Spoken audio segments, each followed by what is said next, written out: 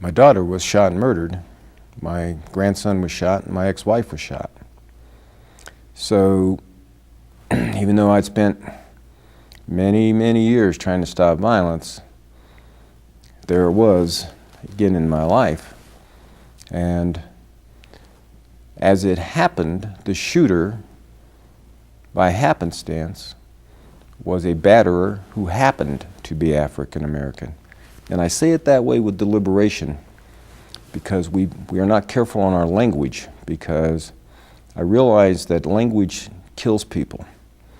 And if I said an African American man murdered my daughter, that would be inaccurate.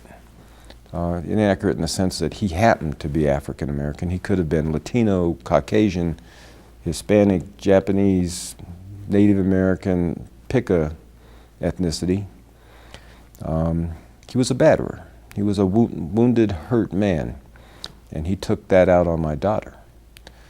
So I put my life back together, ended up raising my grandson as my son, continued to work on anti-violence work and continued to roll forward. And as blessings happen, I came upon a group of African American people, and we began to enter into a 10-year dialogue where we began to get to know one another.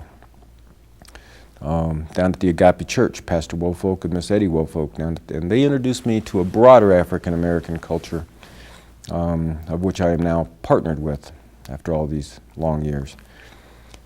As life marches on, though, one day I'm at work and I get held up at gunpoint by a gang member who happened to be African American, and that gang member hit me in the head and crushed in my face, and I had 4 hours of surgery. And again, I realized the importance of language, because that gang member could have been anybody. Could have been Hispanic, Caucasian, could have been a member of the 211 Clue, which is the Caucasian gang.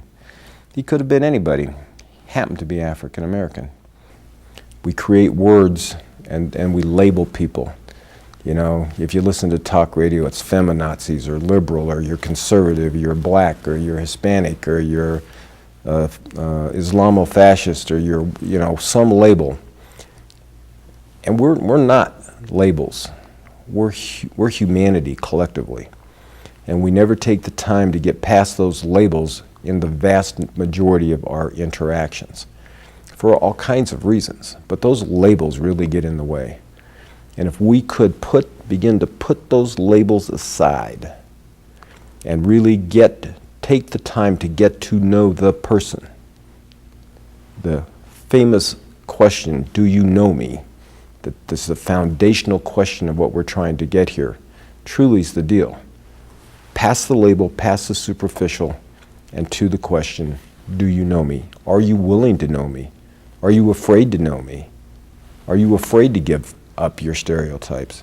By being accepted as a congregant in an African American church, not as a visitor who comes by once in a while, but as a congregant, I was able to get a balance between what a few violent individuals do and what an entire culture does.